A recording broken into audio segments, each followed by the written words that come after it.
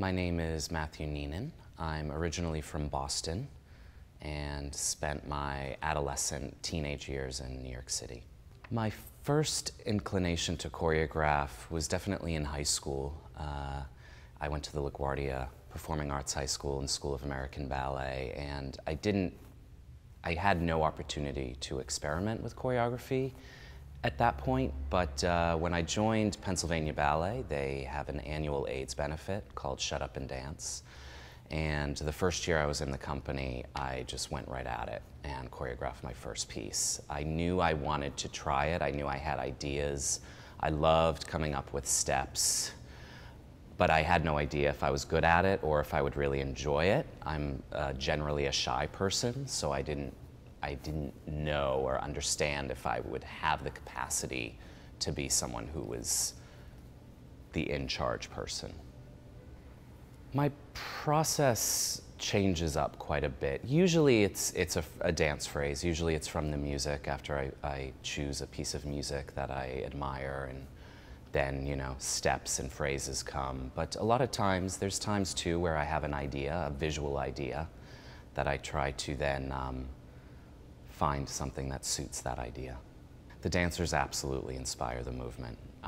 Yeah, I mean, if you don't have the dancer, you know, when I was a novice choreographer, I would try to plan everything out in my head and write everything down before I got into the studio. And I realized pretty early on that that was not a method that was good for me, because I would get into the studio and it would be a mess, because it's not, you know, I'm doing it on their bodies. So you really have to be in tune with the dancer's body. The music, you know, now it's iTunes. Back in the day, especially when I started, it was, I went to Tower Records and would just, you know, listen to all the different stations. I'd go to the classical section. A lot of it, too, is what people recommend to me. Sometimes someone just says, oh, I've heard of this composer or this group, this pop group, and they said you should listen to it, and I do, and then I use it.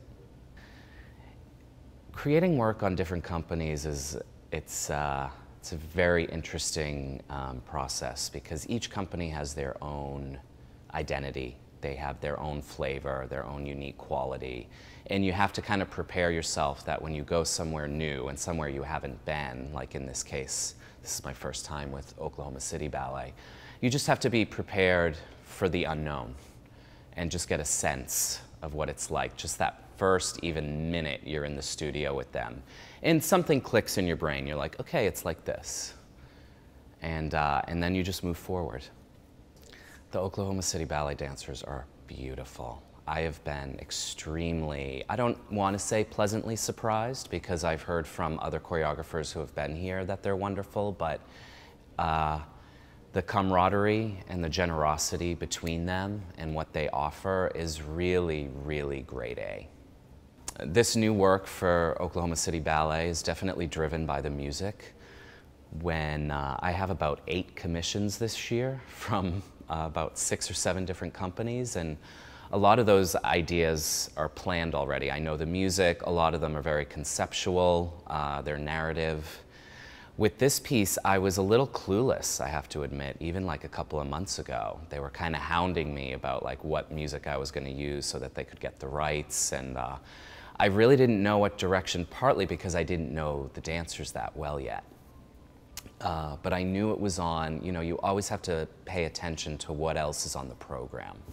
You have to, you know, be considerate to what the audience, you know, you want the audience to have a full experience. So it opens with Balanchine Rubies, Stravinsky, very powerful neoclassical music, then the Carmen suite. And so I at first thought I was going to use like a Schubert or a Mozart score, and I listened to a lot of it. I love always going back to the classical music. But I thought, this is going to be in the middle of the program. We should have something slightly contemporary and something a little of today. So I decided on the composer Zoe Keating, whose music I've heard many times. She's kind of the it composer right now for choreographers. And I found these 3 works of hers that I had heard them before, but I had never seen choreographed. So for me, it was fresh. I had never seen a choreographer use this music.